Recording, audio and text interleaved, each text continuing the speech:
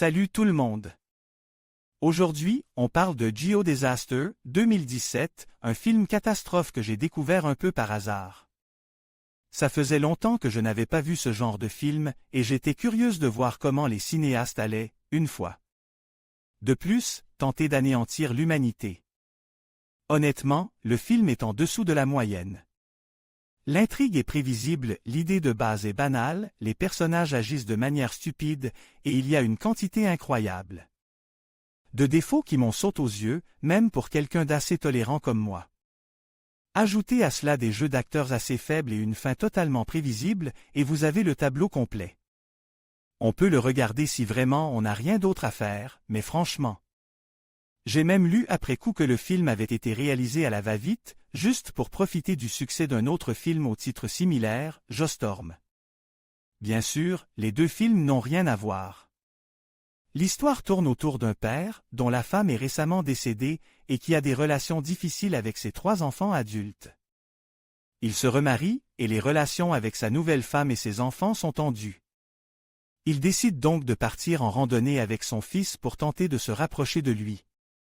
Le lendemain matin, l'aventure commence.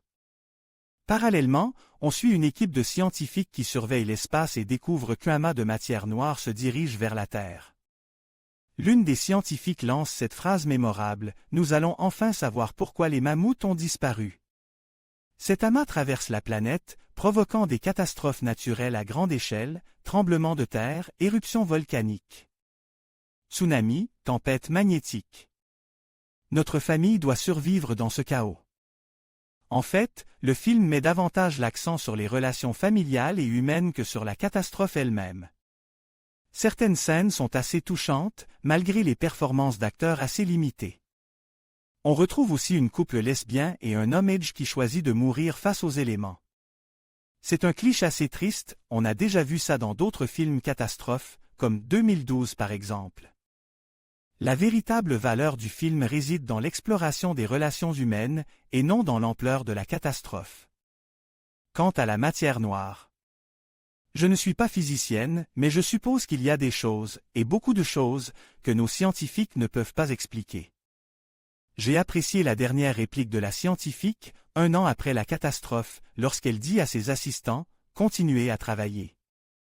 J'espère que nos scientifiques progresseront un jour et cesseront de vouloir tout expliquer avec leurs modèles.